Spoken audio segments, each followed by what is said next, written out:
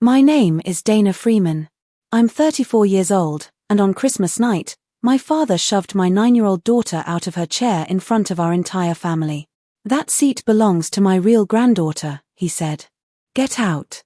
Lily hit the floor. Her water glass tipped over. And nobody, not one person at that table, moved. My mother told me not to make a scene. My sister studied the ceiling like it owed her an explanation. I didn't scream. I didn't cry. I knelt down, helped my little girl to her feet, brushed the crumbs off her sleeve, and I said 4 quiet words that made my mother go pale and my father lose every ounce of color in his face. Over the next 90 days, those 4 words unraveled into a courtroom battle, a bank subpoena, and a truth my parents had buried for years. Welcome back to Hidden Family Revenge, where quiet people finally say the true thing out loud and the ones who counted on their silence learn exactly what a patient woman can do with a folder full of paper and nothing left to lose. If you love stories about dignity, boundaries, and justice that takes its time but always arrives, drop a comment telling me where you're watching from, and subscribe because what my family buried took me 3 months and 1 old recipe tin to drag back into the light.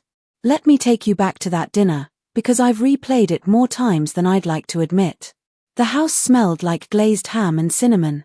My mother, Sharon, had brought out the good china, the set with the gold trim she only unpacks for people she's trying to impress. Lily had been buzzing with excitement all week. She wore her green velvet dress and practiced saying Merry Christmas, Grandpa the whole ride over. 11 of us. 10 chairs at the main table, and a wobbly card table by the window that nobody wanted.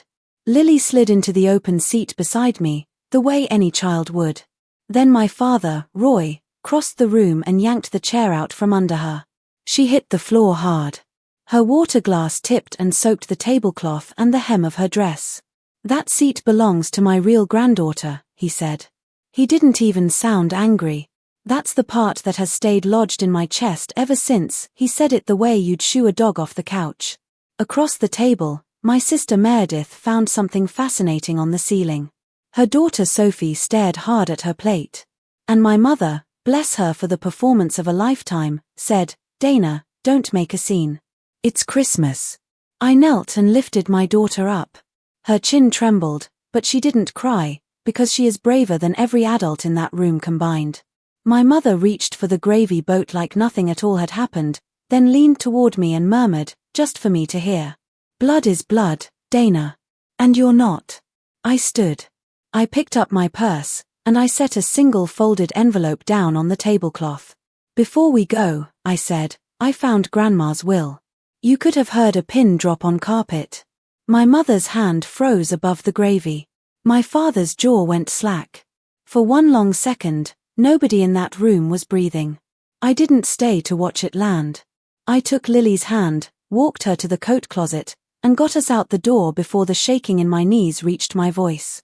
We live in a modest 2-bedroom apartment in Millbrook, about 25 minutes from my parents' house, and I have never in my life been so grateful to have a door of my own to shut behind me.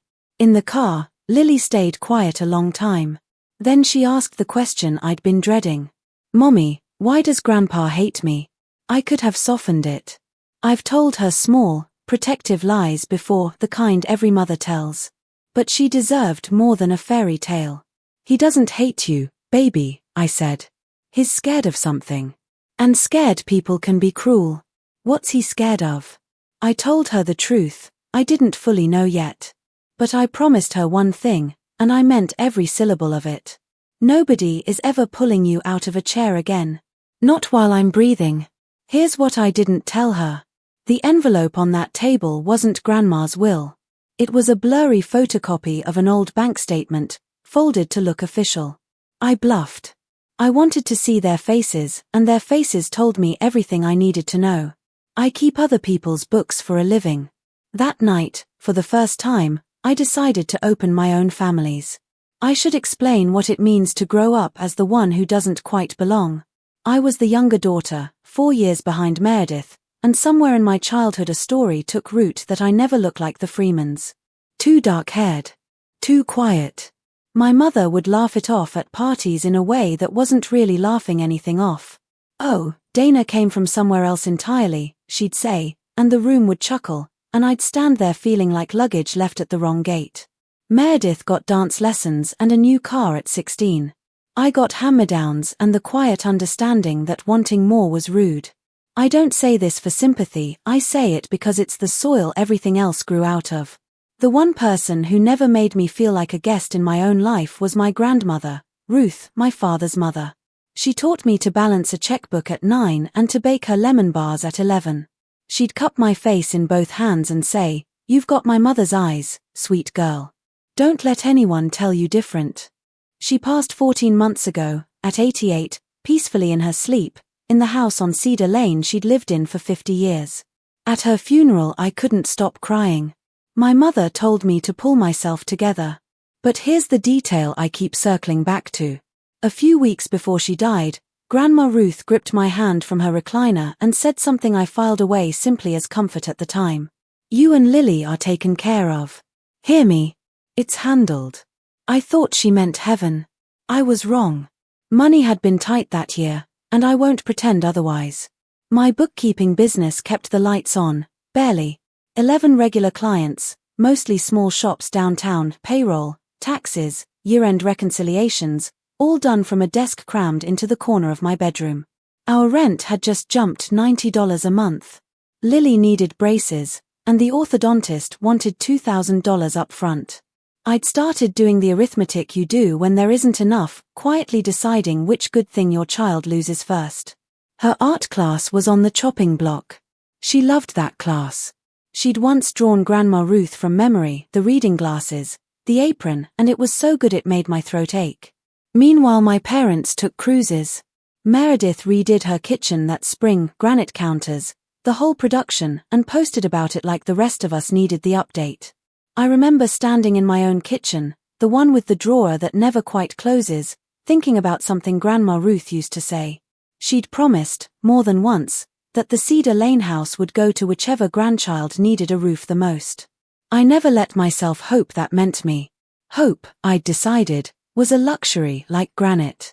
Then, on an ordinary Tuesday, a piece of mail arrived that I was never meant to see. It had been forwarded from Grandma's old address, rerouted twice, and landed in my mailbox by mistake. It was a statement for an account I'd never heard of. I read financial documents for a living, so I know what a normal one looks like. This wasn't normal. It was a certificate of deposit in Grandma Ruth's name, $113,000, held at the credit union on Route 9. That figure alone made me sit down. But that wasn't the part that turned my hands cold.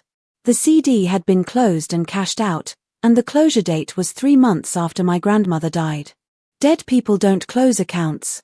Someone else does that. I found the line showing who'd authorized the withdrawal, and there it was, printed plainly, Sharon Freeman, executor. My mother. I want to be honest about what I felt. It wasn't triumph. It was the floor tilting under me. My mother had told me, to my face, at a funeral, that there was nothing left. And here was proof there'd been a great deal of something, and she'd taken it, in cash, after Grandma Ruth was gone. I did what I always do when numbers start lying to someone. I got methodical. I photographed every page. I built a folder on my laptop and named it Ruth in capital letters, because it felt like keeping her close.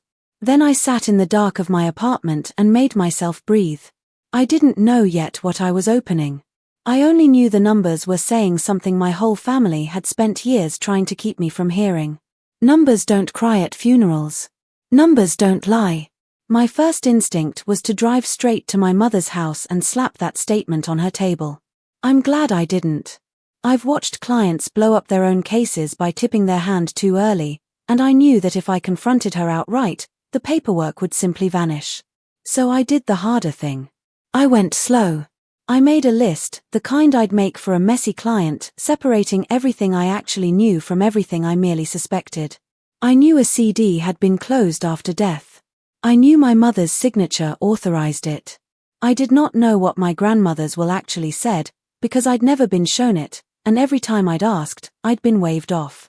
So I called the county probate office on my lunch break, my heart pounding like I was doing something illegal, which I wasn't.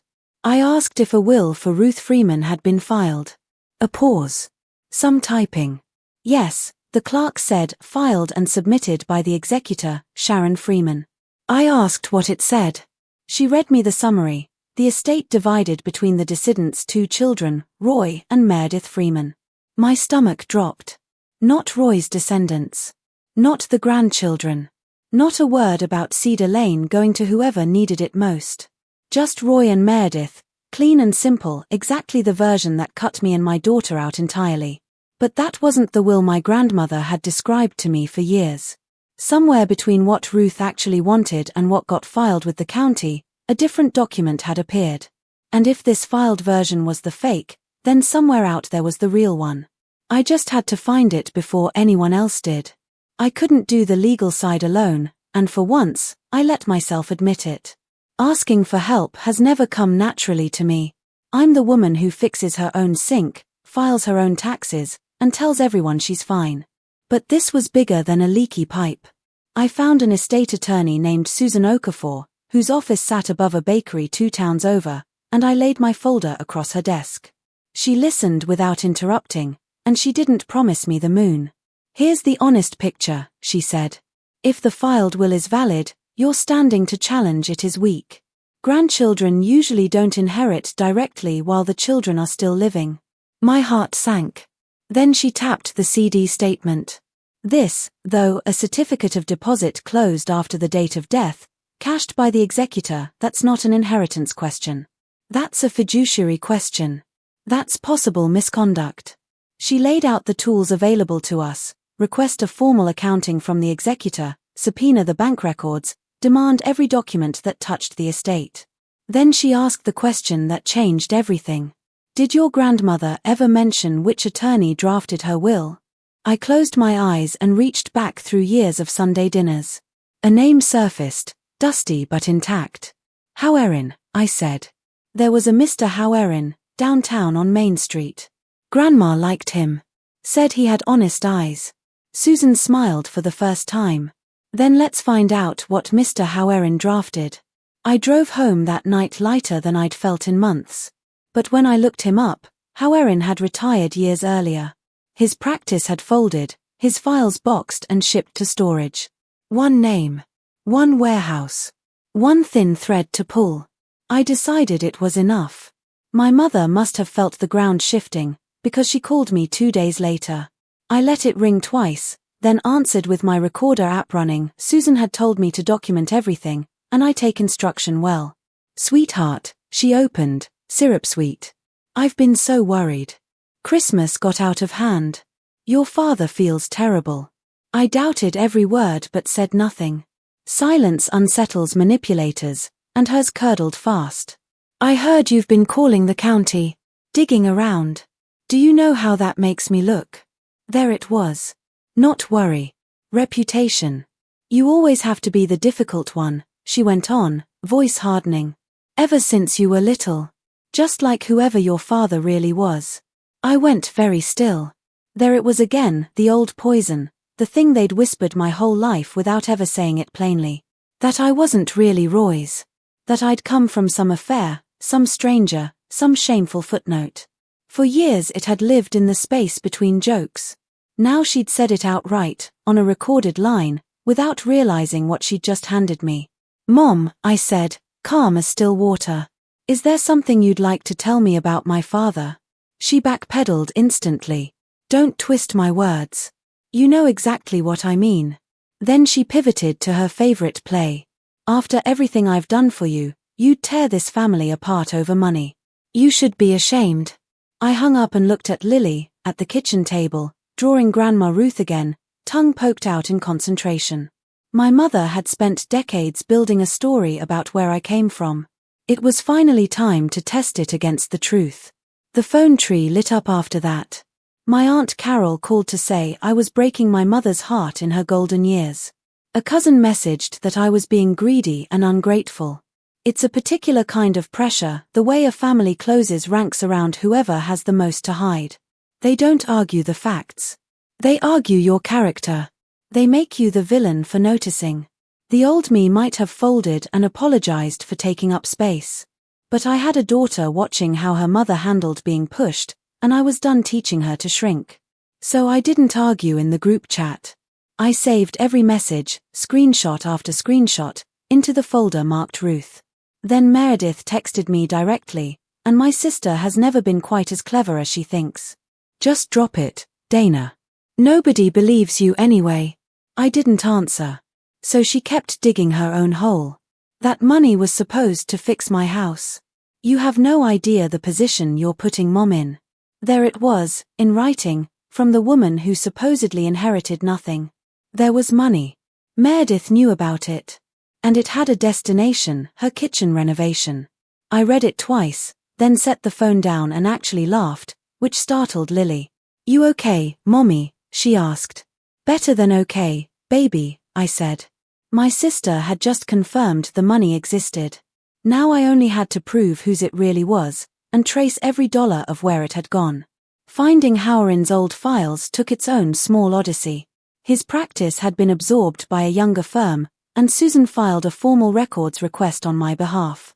10 days later, I drove 40 minutes to a squat brick building where a paralegal handed me a banker's box and left me alone at a folding table under a buzzing fluorescent light. My hands weren't steady. I found the index first, a typed list of documents, and ran my finger down it until I hit the line that stopped my breath. Ruth Freeman, Last Will and Testament, executed 2019.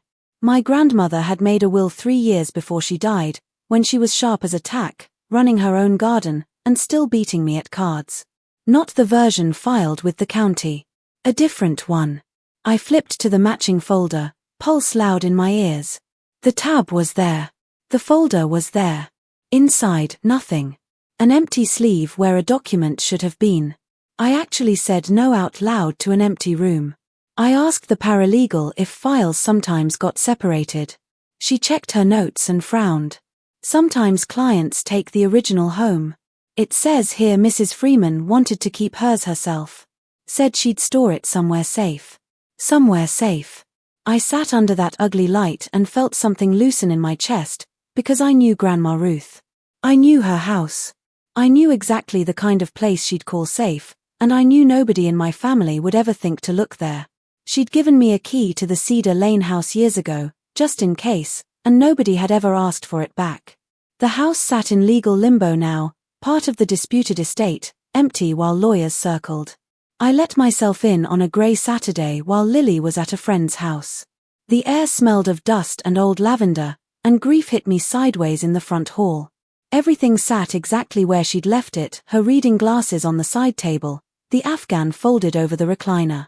I walked through slowly, letting the memories surface, and ended up where I always ended up as a child, her kitchen. The counter where she taught me lemon bars. The window with her African violets. And on the shelf above the stove, exactly where it had lived my whole life, sat her recipe tin, a dented old thing painted with faded cherries. She kept her handwritten recipe cards in that tin, and every holiday she'd pull one out for whichever grandchild happened to be underfoot. She'd handed one to Lily herself, just last year, for those same lemon bars, in that same kitchen. I lifted the tin down. It was heavier than a box of recipe cards has any business being. My heart hammered. I pried off the lid, and there were the cards, yellowed, vanilla-stained, decades of her handwriting. But underneath them, wrapped in wax paper the way she wrapped everything precious, sat a thick envelope. On the front, in her careful cursive, were words that took my legs out from under me. For Dana, when they say you don't belong. I sat down right there on the kitchen floor, linoleum cold through my jeans, and opened it. 2 things were inside. The first, a document with a blue backing and a notary stamp, the original last will and testament of Ruth Freeman, signed and witnessed in 2019. My hands shook so badly I had to lay it flat to read. Not the version filed with the county. This one had a clause the fake had erased, and I read it 3 times to make sure I understood it. Her estate would pass to the lineal descendants of her son, Roy Freeman, Pasterpes. I knew that term from work. It means the inheritance flows down the bloodline, split evenly between each branch, each child's line taking its equal share. Roy's line and Meredith's line, down to the grandchildren. Which meant my daughter Lily was a named, rightful heir, and no whispered story about where I came from could rewrite what was already notarized in black ink. There was more. The will specified that the Cedar Lane house should pass to whichever of Ruth's descendants had the greatest need of a home, a roof. She'd left me a roof, in writing, 3 years before she died. The second item was a letter, 4 handwritten pages, and I could hear her voice in every line. She wrote that she'd known Sharon had been spreading ugly stories about me for years. She wrote it plainly, "Dana is Roy's daughter. I held you in that hospital myself the morning you were born, and I counted your fingers." She wrote that she was leaving the original with her recipes because that woman goes through everything, but she's never once cooked a thing in her life. I laughed and sobbed at the same time, alone on that floor. I had my grandmother's word. But a dead woman's word against the living needs more than faith. It needs proof. It needs science. I brought everything to Susan the following Monday, laid out on her desk like the evidence it now was. She read the will twice and went very quiet. "This changes the case entirely," she said. "This is the true will. And it names Lily." Then came the harder part. "But your parents built their entire justification on a claim about your paternity. As long as that lie is floating out there, they'll keep using it to argue you and Lily don't belong in Roy's line." "How do you kill a lie that old?" I asked. "The same way you prove anything," she said. "You test it. A DNA test, done properly, through an accredited lab, with a documented chain of custody, would settle it beyond argument." The problem was Roy. I couldn't force my father to swab his cheek out of the goodness of his heart. But Susan smiled the way lawyers smile when the other side has already made a mistake. "Here's the beautiful part," she said. "They put your paternity at issue themselves. Your father called Lily not real family in front of witnesses. Your mother repeated the claim. When a party raises paternity to strip an heir, the court can order genetic testing to resolve it. I sat with that. My family had spent decades using my blood to push me out. Now that same weapon could be turned around, entirely through legal channels, entirely in the open. They used blood to erase my daughter," I said. "So we'll use blood to put her back," Susan answered. While the legal machinery ground forward, I did what I'm actually good at. I built a spreadsheet. It's unglamorous, but it's my superpower. Give me enough statements and enough coffee, and I will find every dollar that ever tried to hide. Between the forwarded statement, the probate filings, and public property records, I had enough to start mapping the shape of it. The picture that emerged made me sick and steady at once. The certificate of deposit, $113,000, closed and cashed 3 months after Grandma died. Then a second thread, my mother, as executor, had refinanced the Cedar Lane house before the estate was even settled, pulling $90,000 in equity from a home she didn't have clear title to. Together, more than $200,000 had moved out of my grandmother's estate and into my mother's control. From there it split. A chunk to Meredith, right around the time of that granite kitchen. And one line that stopped me cold, $18,000 wired, in installments, to a casino resort 3 states away. My mother wasn't stealing to fund cruises and impress the neighbors. Or not only that. My mother was in debt. Gambling debt, from the look of it, the quiet kind that eats a retirement account from the inside out. That was the engine underneath all of it. Not vanity. Desperation, wearing a Christmas apron. I labeled every cell, cross-referenced every date, and felt no satisfaction, only a cold, steady clarity. Numbers don't lie, and these ones were confessing on every row. Susan filed everything at once. A challenge to the admitted will, based on the newly discovered 2019 original. A petition to compel a full executor's accounting. A motion for genetic testing, quoting my father's own words back to the court, the ones he'd said over my daughter's head on Christmas night. I wasn't there when my mother was served, but I heard about it. She called that evening, and this time the sweetness evaporated in under a minute. "How dare you," she hissed. "You've hired a lawyer against your own mother. Against your own family." I kept my voice level. "I hired a lawyer against the person who took Grandma's money and lied to a court about it." She started crying, that practiced, weaponized crying I'd heard my whole life, the kind that used to make me apologize for existing. "It didn't work anymore. You'll regret this," she said, and the tears dried up fast once they stopped being useful. "You have no idea what you're doing. I told her I had a very precise idea, down to the penny, and hung up. People kept telling me to let it go. That family is family. That I should think of my mother's age. But letting it go would have taught Lily that the loudest voice in the room always wins, and that some truths cost too much to say out loud. I wasn't willing to teach her that. A court date was set for spring. The subpoenaed bank records arrived in a thick manila envelope, and I cleared my whole kitchen table to lay them out. Everything I'd reconstructed from scraps was now confirmed in the bank's own cold print: the CD closure, the refinance, the transfers to Meredith, the casino wires, all dated and signed exactly as I'd mapped them. But the records held one thing I hadn't predicted, and it turned a civil dispute into something far worse for my mother. Tucked in the estate file was a power of attorney form, supposedly signed by Grandma Ruth, authorizing the CD's closure. Except the date on it was after she died. My mother had signed my dead grandmother's name to a legal document weeks after we'd buried her. I stared at that page for a long time. This wasn't just a woman taking more than her share of an estate. This was forgery. I photographed it, backed it up in 3 places, and emailed the scan to Susan. She called within the hour, her voice sharpened with a new edge. "Dana, this changes what we're dealing with. This isn't only probate anymore. The court granted the motion for genetic testing, and my father was ordered to provide a sample. There's a particular kind of justice in a man being compelled, by the very system he thought protected him, to prove the exact thing he'd used as a weapon. I wasn't in the room for the swab, but I was in the courthouse hallway afterward when he came out. We hadn't spoken since Christmas.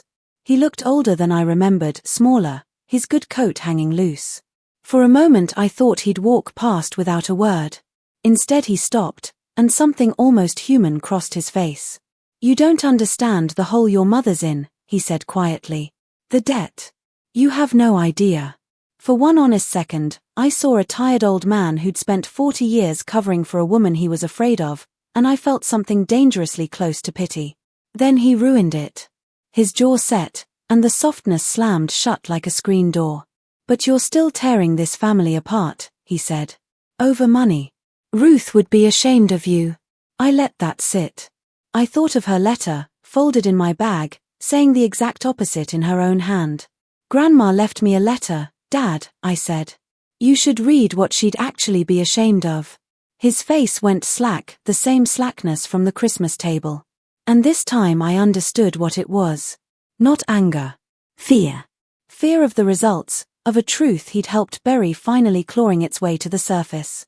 He turned and walked into the parking lot without another word, and I let him go. The wait for the DNA results was the longest 2 weeks of my life. The case sat suspended, everything hinging on a cheek swab. The family split down the middle while we waited. A few relatives who'd scolded me went quiet, then started asking careful questions the way people do when they suspect they've bet on the wrong horse. My Aunt Carol, who'd accused me of breaking my mother's heart, called to say she'd always wondered about that money. Then Meredith reached out, her tone completely changed. "Can we just talk? Sister to sister. Away from the lawyers." A month earlier, that might have gotten me. But I'd learned something. The moment they want to talk privately is the moment they're most afraid of what's about to happen publicly. "Anything you want to say can go through Susan," I replied, and I meant it. I won't pretend I wasn't scared. Late at night, the old fear crept in. What if I was wrong? What if the story they'd told my whole life turned out to be true, and I'd built all of this on sand? I'd lie awake and feel 9 years old again, the kid who didn't fit. Then I'd think of Grandma Ruth's hands on my face. "You've got my mother's eyes, sweet girl." I chose to believe her over them. On a Thursday afternoon, while Lily colored at the table, an email landed with a subject line that stopped everything. "Your results are ready."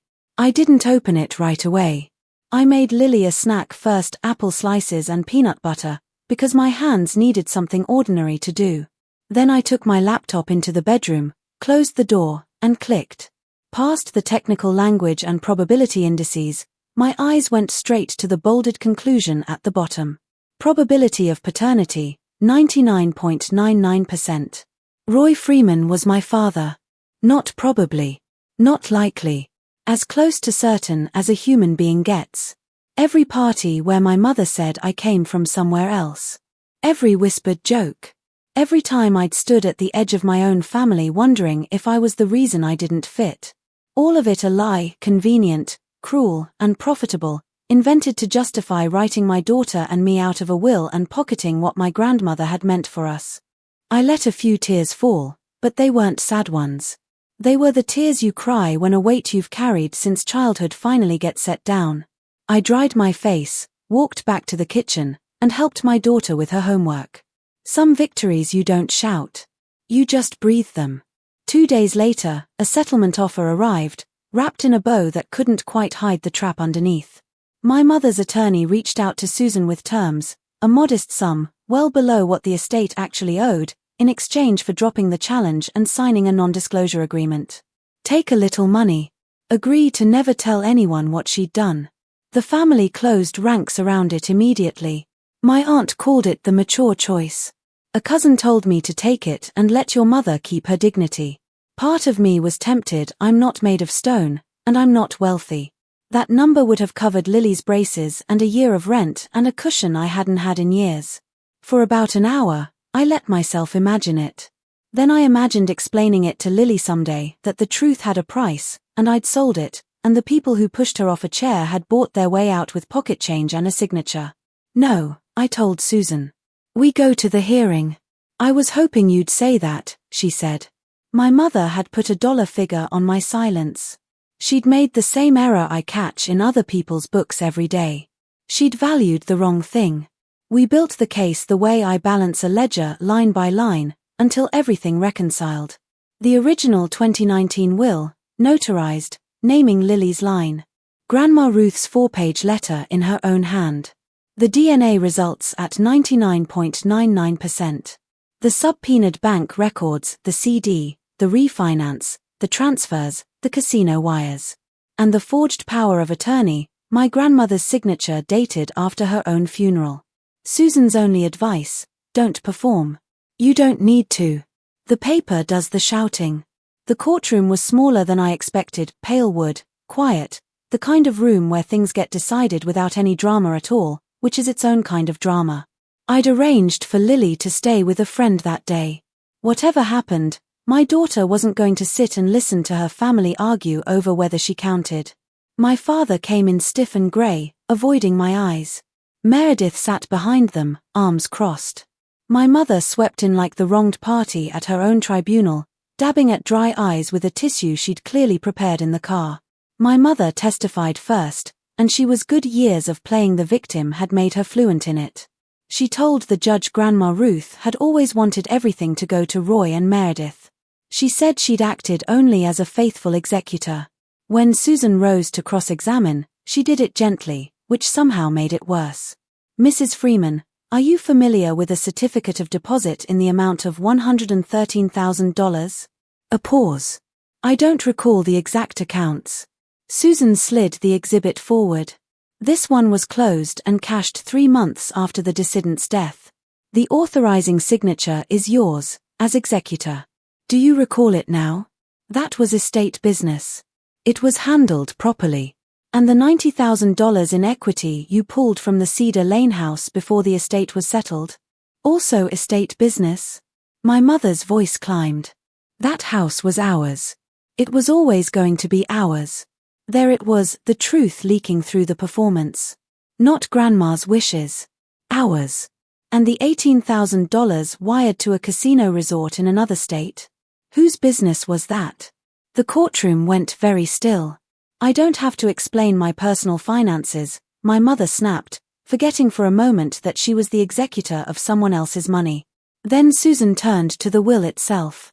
She submitted the original 2019 document, notarized, 3 years before Ruth's death, containing the clause absent from the filed version, the estate flowing per stirpes to Roy's lineal descendants, including his great-granddaughter, Lily Freeman.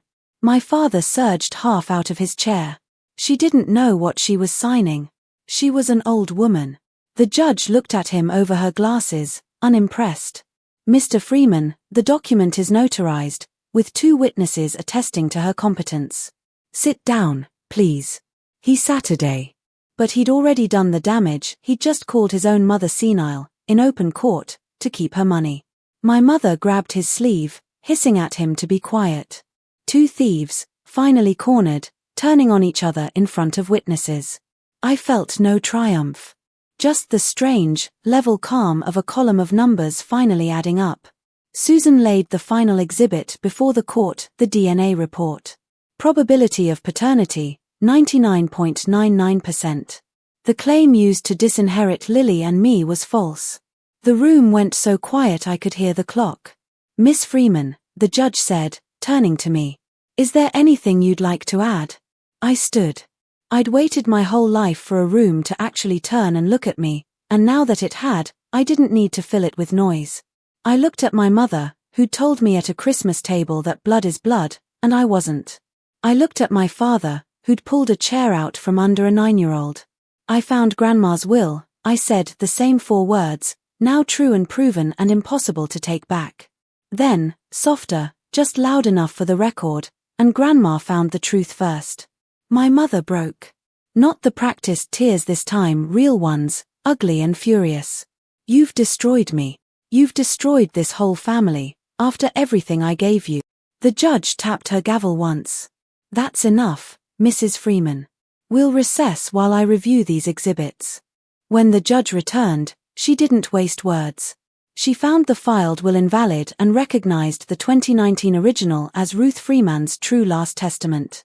She removed my mother as executor, effective immediately, for breach of fiduciary duty. She ordered restitution of every dollar taken from the estate, the CD, the home equity, more than $200,000, plus interest for the losses her conduct had caused. Then she addressed the forged power of attorney directly, her voice flat and final. Signing a deceased person's name to a legal instrument, she said, is a matter I'm referring to the district attorney's office for review. My mother made a small, wounded sound. Meredith, who'd already spent money she now had to return, put her face in her hands. The estate would be distributed exactly as Ruth Freeman had written it, per stirpes, my line and Meredith's line each taking their share. The Cedar Lane house, to the descendant with the greatest need of a home. That was me. That was Lily. Nobody applauded.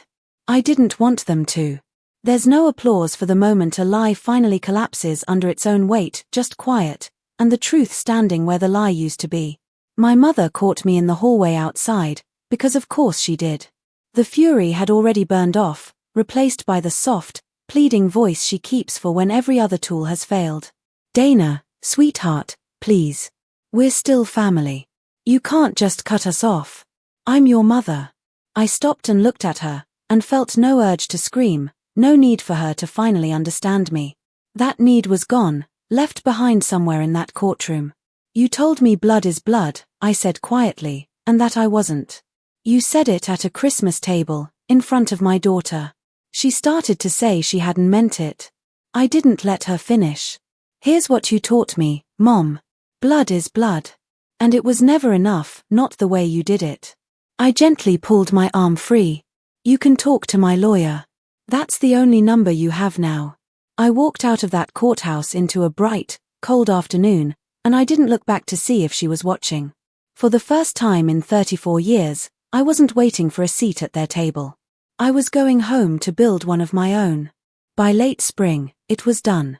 The restitution went into a trust with Lily's name on it, safe where no one could ever quietly cash it out again. We moved into the house on Cedar Lane, the one my grandmother left in writing for whoever needed a roof the most. The first thing Lily claimed was the kitchen. She stands at the same counter where Ruth taught me lemon bars, tongue poking out in concentration, and she's become alarmingly good at them. My mother is facing a district attorney's review over the forged signature, along with a civil judgment she'll be paying down for years. My father has gone quiet, which is the only apology a man like him knows how to give. Meredith had to return every dollar she'd already spent, granite and all. We don't speak, and that's all right. I set the boundary I should have set a decade ago. Contact goes through my attorney. There are no shared holidays. It isn't cruelty. It's a fence, and good fences let you finally rest in your own yard. Lily is back in art class. Her braces went on in April. She hasn't once, since we moved, asked me why anyone in our family hated her, because she doesn't feel it anymore, and neither do I. Some nights, after she's asleep, I sit in Grandma Ruth's kitchen with a cup of tea and just listen to how quiet a peaceful house can be. Last week Lily looked up from her homework at that counter and asked, almost shy, "Mommy, do we really get to live here for real?" "Yes," I told her. "For real. This is our home now, and nobody is ever taking it. Grandma Ruth wanted it this way. She left it to us on purpose." She nodded, satisfied, and went back to her math, humming, completely at ease in a house where she is wanted. That's the thing my parents never understood, the thing that cost them everything in the end.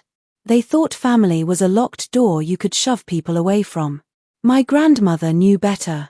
Family is whoever counts your fingers on the morning you're born, and tells the truth about it, even from the grave. Blood never gave anyone the right to make my daughter feel small. And the day I stopped begging for a seat at their table was the day I finally built one of our own. That's my story. One shove, 4 quiet words, and a grandmother who told the truth from inside a recipe tin, trusting that the right person would eventually come looking. If this reminded you that being calm is not the same as being weak, and that your child's dignity is worth more than any amount of family peace, take that as your sign to hold your ground. If someone you love needs to hear it, share this with them. Thank you for being here. Drop a comment, hit subscribe, and I'll see you in the next one.